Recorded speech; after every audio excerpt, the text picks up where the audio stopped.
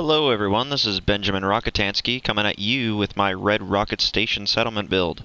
This build is on my survival playthrough, and as mentioned in my previous walkthrough of Hangman's Alley, I've reached up to level 127 on this character. It's been a real joy and a challenge getting this far in survival mode, but the immersiveness of survival mode definitely soars over regular difficulties in my personal opinion. But enough of me gabbing about, let's get into the walkthrough, shall we? First off, we have the interior of the Red Rocket. Hey. We've got a bar over here, and this is the back area. Easy living this. I've got the lights set up in where the previous... Sorry about the constant talking of the settlers. We have the pot lights up in the original lighting areas. Kind of like this, except this one actually had light in it. The other ones just had broken lights. Nothing much has changed back here, if anything, except for a light and a sink that I added. And we can come back over here. You can see that I've glitched the bar into. You can see I've glitched the bar in. I'm about to kill all these settlers right now. As you can see, I've built in... I call a good day? One that... There, now that I've sent my settlers off to other settlements, they will no longer be a problem. So, as I was saying, we have this back area here. And over here we have the bar, which I glitched into this other bar using the mat method. I took a mat, placed it next to this bar, and I was able to get them glitched in together to make a very clean look.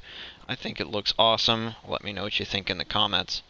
And over here, I'm sure you noticed the windows. So, the windows are glitched in, of course. I did not use any mods to do this.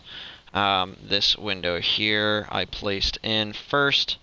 And then this one here, which didn't quite fit the entire way across, which is why I added these posts in here next to each other. Everything's tight and clean, and it looks perfect, if you ask me.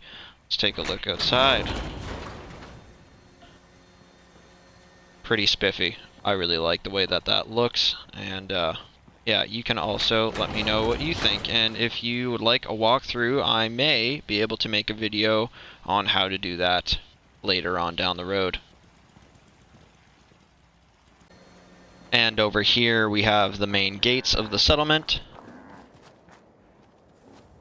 You can see that I've placed some posts here with a couple of lights on them just to kind of amplify the look of the front entrance of the settlement. I think it looks really cool. When you open the gate here, it's like a stopping post where the gate will stop right at the posts themselves, and also adds a little bit of lighting and just an air of uniqueness to the front section of the settlement. We have the junk wall, of course, that goes all the way around, and a small outpost out here with nothing in it right now, but who knows, I might add something later on. Over here we have my power source. Again, a wonderful way to power everything with 100 power. I absolutely love these things. So glad that they added these to the game. It makes everything so much simpler, and it's just, yeah, just a much cleaner way to power everything. I think I found a good spot for it here. I feel I need to explain this concrete box in the corner here that says PA storage. Of course, that stands for power armor, and this is where I was storing some power armors. They have their fusion cores installed, but I can obviously take them out, and that won't be a problem. The reason that I've done this is because, as you may be aware, settlers like to jump into the power armor, and that will glitch, where they will suddenly have all of your power armor pieces in their inventory, and it will not be removable, which kind of ruins your experience and your power armor.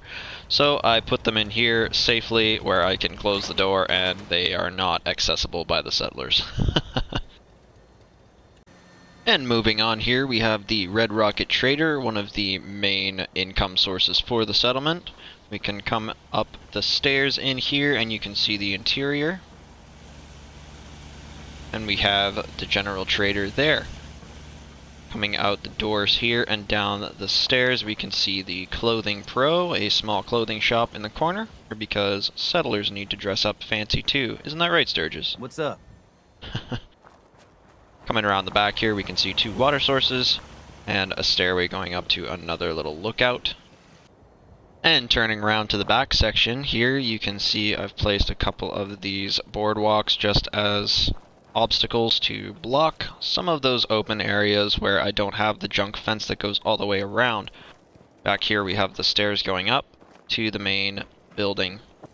On the outside, on the roof of the Red Rocket itself, we can come up here and you can see there's a little balcony that is accessible by these stairs and a final lookout tower here.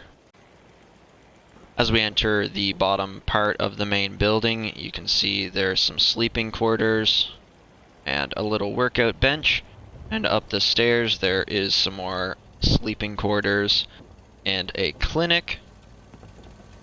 And up the stairs here we can go up to the top of the settlement and into the top part of the structure where I have a weapons trader and a couple of more lookouts on this side. You can overlook Concord. Pretty nice view up here. And we can come back over to the other side where you can see my guard doing his job diligently. We can look over at Sanctuary Hills. My back hurts, my feet hurt, everything hurts.